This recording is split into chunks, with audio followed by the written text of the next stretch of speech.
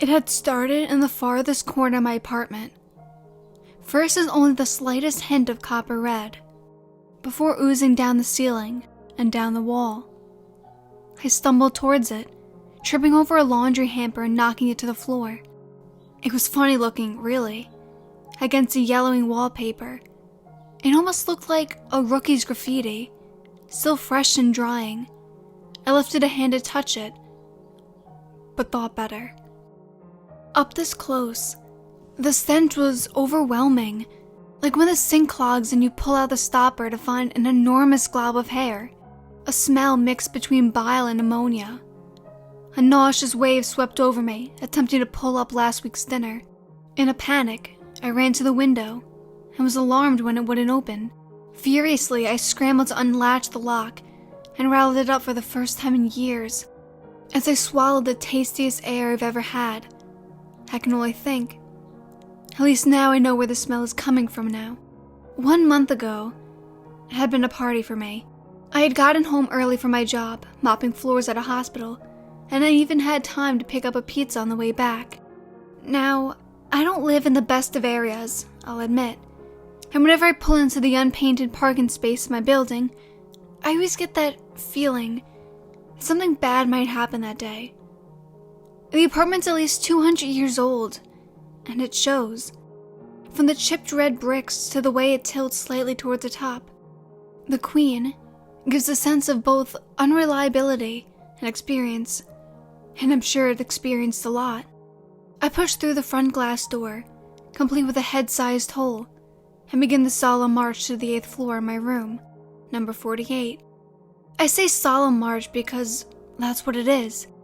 I don't want to see or talk to anyone here, and that's best done by staring at the floor and walls as I walk, my face suitable blank. The first person I come across seems to have the same idea. He's wearing cheap plaid over a greasy t-shirt and doesn't even look my way as he slips into room number 9, the Queen's nightly brothel. If I'm not mistaken, the Queen's a classy place. I cross up the stairs and past a room that smells heavily of curry since I moved here. The same screaming rock music playing like a theme song.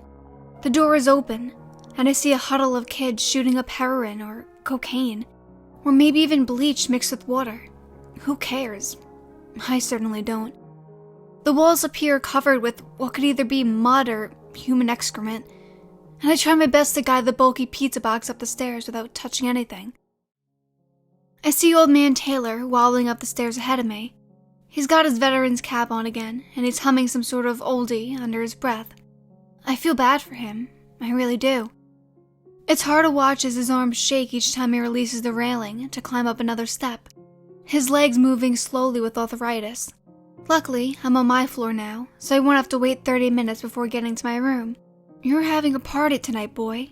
His voice is raspy from smoking and muddled from time. I have to turn to look at him, hooking a box under my arm. "Every night's a party," I remark, failing to come up with anything better. "Why? What are you doing tonight?" "Nothin'. I just wanted to say hello. No one says hello anymore." I smile to him and nod, thinking about how cold the pizza must be getting. He smiles back, a toothless thing before returning to his journey upward, as I jingle the keys into my door's lock. Inside, I smile when I see the pile of DVDs on the coffee table, the humming fridge with various appointments and magnets stuck to it, and the window overlooking the sleepy town. I'd survived another day. I throw the pizza down on the side of my mildew-streaked couch and turn on the TV. The television is older than Christ and doesn't have cable, but none of that matters. I put in my favorite television series, that 70s show, and begin to party with my best and only friends. My parents came for a visit a few weeks later. The first thing they said when they walked in wasn't about how messy the room was.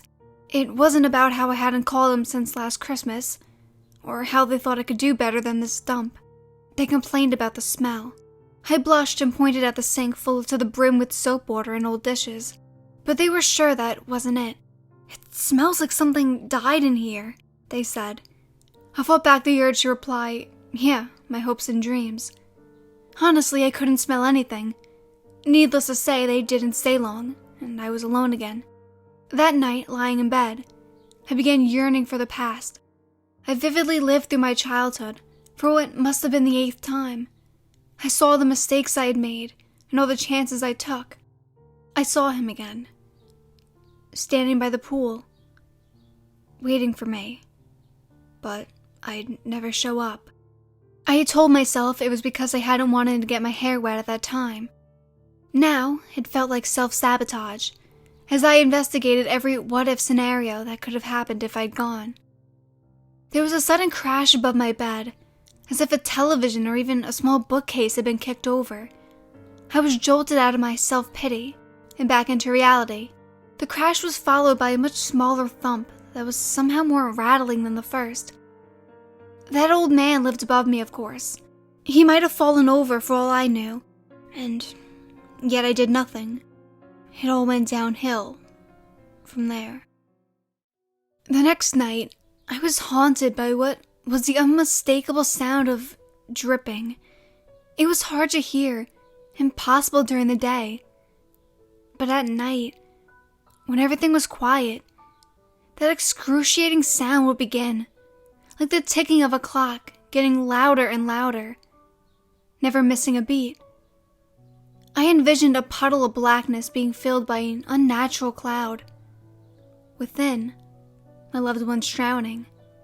I would turn to my static-strewn friends, but still the dripping continued, taking bits of sanity with every drop. And the smell, that horrible smell, like a portal into hell had been opened. I was reminded of when I found the parakeet trapped behind the couch as a child, its rotting flesh and fecal fumes leaking off its carcass. I had cried for my parents then as I did now, but what could they do? I was enveloped in this travesty, and I had shut them out of my life. Desperately, I searched my prison for the source of this evil. I pushed through all the toxins under the sink, scoured the mothballs under my bed, and checked the vents for dead creatures. That's when I found something odd. It seemed as if the source was coming through the vents themselves, and not from my room at all.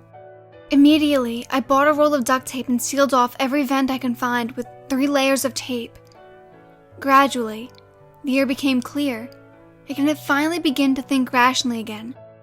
To finish the job, I sprayed air freshener into every corner of my room, and that's when I noticed a spot.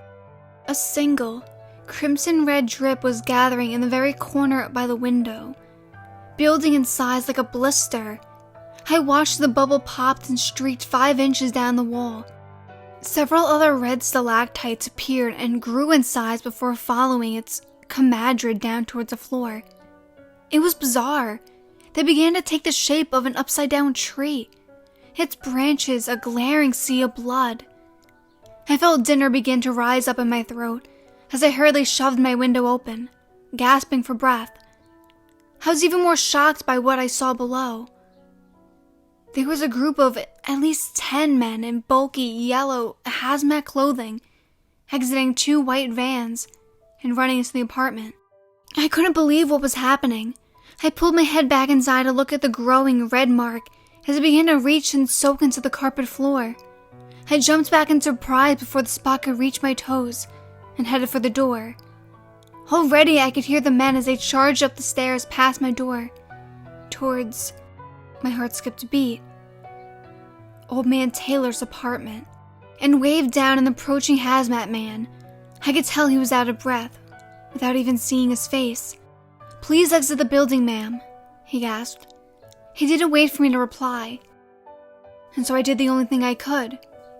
Walked down the stairs with everyone else, into the cold night air, on the eve of winter. Old Man Taylor had been found dead, I was told later.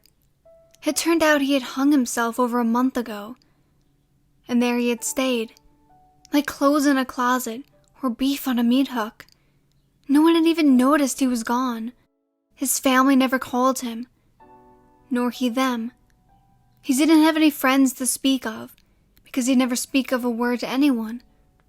By all accounts of the few who knew him, he was a lonely man, because he never took the time to be anything else. Either he felt too busy, or he just didn't care. And he died that way. After a month of hanging there, his head had separated from his body. The crash was a body hitting the ground, and the following thump, the rest of him. Everything inside him had flooded out and dyed the white carpet around him red before soaking through the floor to repeat the pattern in my room. The only reason he was noticed missing was from the smell and a missing payment for his rent. I look back on this and realize with horror that we really weren't so different. I had shut myself off from the world into a cold loneliness. I'm sure Taylor was very familiar with this, up until the bitter end. I've started going out more as a result. I've shut off the television and sold all my DVDs. I even called him again. I almost didn't at first. But during that past month, I've learned that life is too short and sanity too fragile to lock myself in a room anymore. In search for a change, I put away my noose for good.